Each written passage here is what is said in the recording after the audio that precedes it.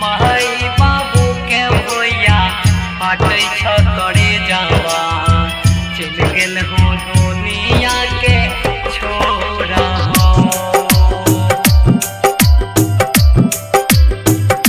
मां Shyama recording studio संत कबीर चौक सत्तर। याद आबै छै सासी भैया हो तोहर गिरै छै अखिया से लोरा हो। माई बाबू के भैया फाटै छ करे जावा चल गेल हो दुनिया के छोरा हो।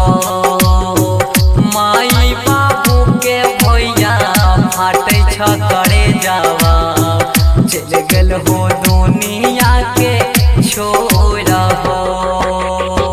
बड़का हो भैया के हरदम गिरे रही रही अखिया से लोरा हो। माई बाबू के भैया फाटै छ करे जावा चल गेल हो दुनिया के छोरा हो। माई बाबू के भैया फाटै छ करे जावा चल गेल हो दुनिया के छोरा हो। माई बाबू के भैया फाटै छ करे जावा माई बाबू के भैया फाटै छ करे जावा माई बाबू के भैया फाटै छ करे जावा चल गेल हो दुनिया के छोरा हो। केकरा हो हाथों में बहिनी हो बांधता राखी के बंधन तोरा हो। माई बाबू के भैया फाटै छ करे जावा चल गेल हो दुनिया के छोरा हो। माई बाबू के भैया फाटै छ करे जावा चल गेल हो दुनिया के छोरा हो। तोरा हो ले लो भैया बन गेलै भगवान हृदय से भैया कठोरा हो। माई बाबू के भैया फाटै छ करे जावा चल गेल हो दुनिया के छोरा हो। माई बाबू के भैया फाटै छ करे जावा चल गेल हो दुनिया के छोरा हो।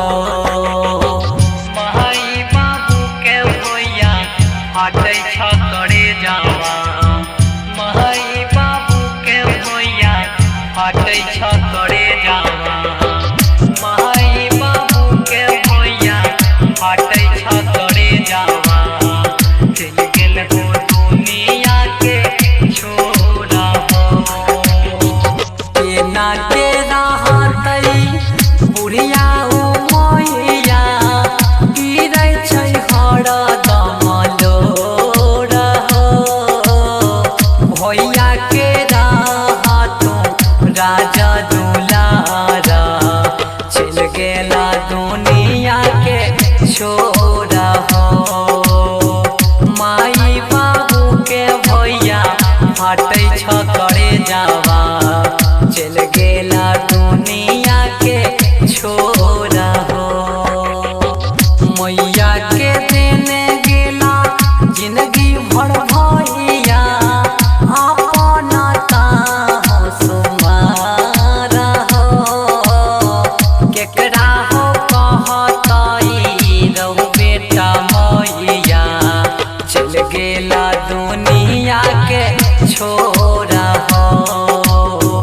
रूप देव रमन यौरा सरवन मिला के करै छ चर्चा तोरा हो। माई बाबू के रहो आँख के ता प्यारा भैया के राजा दो लार हो।